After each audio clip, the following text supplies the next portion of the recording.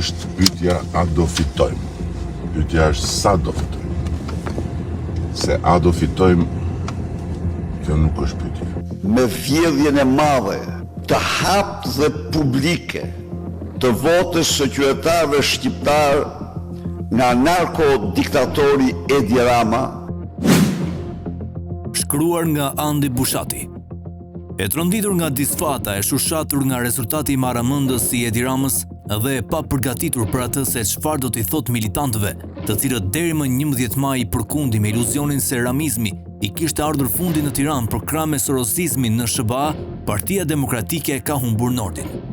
Drejtuesit e saj janë të gatshëm të zgjedhë në rrugë me reporter trush përlar që i përsërisnin tezat e regjimit. Deputetët e sapo rizgjedhur kanë marrë si detyrë kryesore diskreditimin e çdo palaçoje që përsërisin refrenin e dal boje se nuk u vollon votat por humbi Berisha. Ato pak media të kontrolluara nga opozita e shpenzojnë kohën duke u vërsulur flamurtarëve të relativizmit që predikojnë se ka pasur parregullsi, por që nuk prekin thelbin e rezultatit.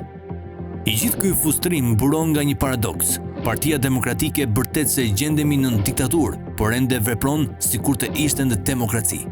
Ekzistenca e regjimeve i merr për të mirëqenë lakejt, daullexhinjt, tellallët dhe servilët. Denoncimi dhe përqershja e tyre ka vlerë vetëm në sisteme lirie.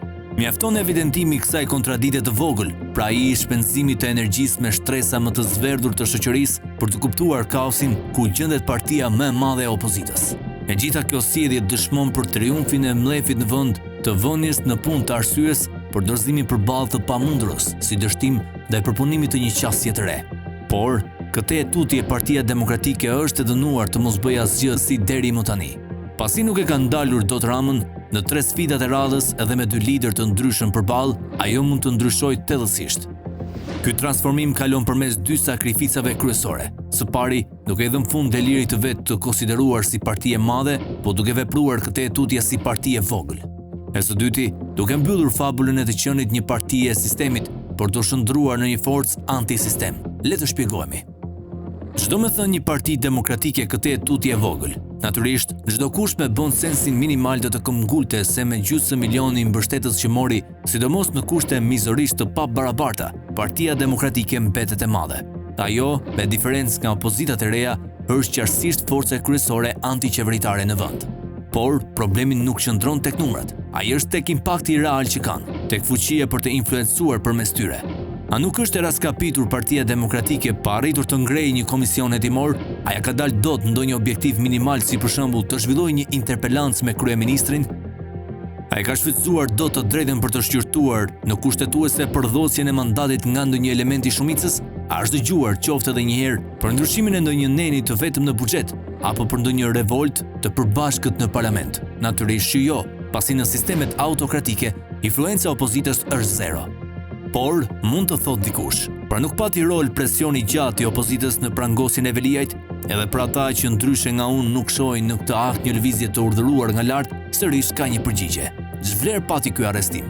A nuk u rrit Partia Socialiste me numra në Tiranë dhe Palalin? A vazhdojnë pagesat për inceneratorët? A përdoret po njësoj administrate politizuar e bashkisë? A vjojnë po të njëjtet tender dhe po të njëjtet klient? A nuk tregon kjo që Veliaj është ingranazhi i zëvendësueshëm, mungesa të cilit nuk e pengoi dot asnjë ditë funksionalitetin e së njëjtës makineri kriminale? Pra me pak fjalë, edhe tek kjo fitore e madhe, impakti i Partisë Demokratike ka qenë zero.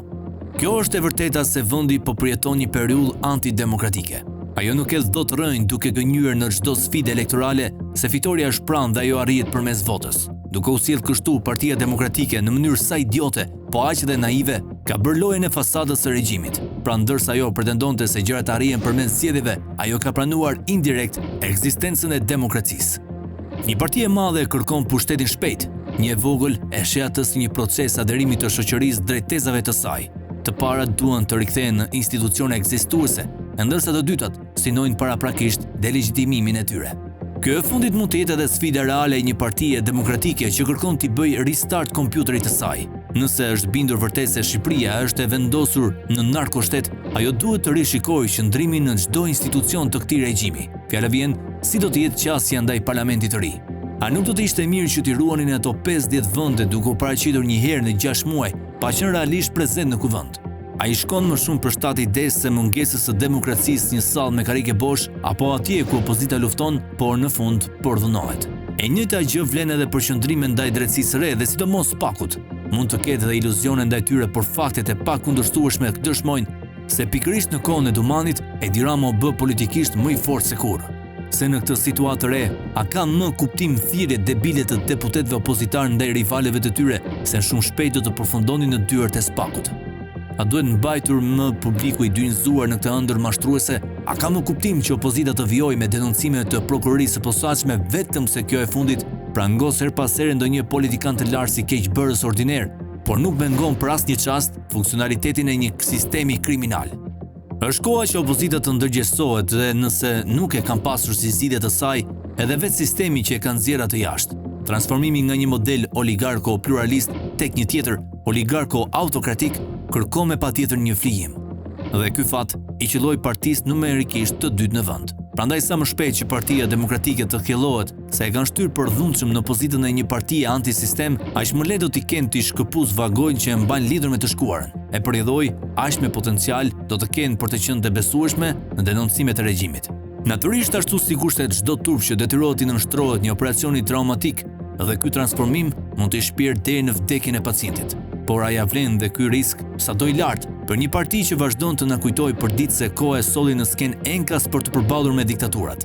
A nuk e tradhton Partia Demokratike edhe atë pak gjë që i ka mbetur nga miti dikurshëm, por nuk guxoi së paku dhe një herë?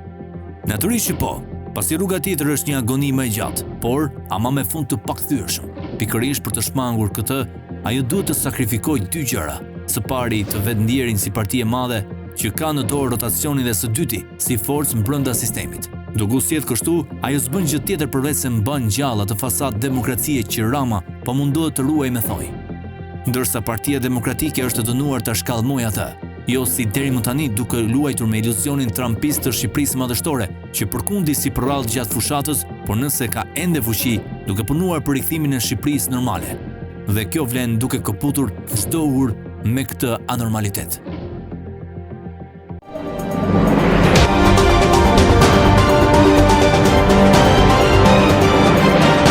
Editoriali Koha Jon.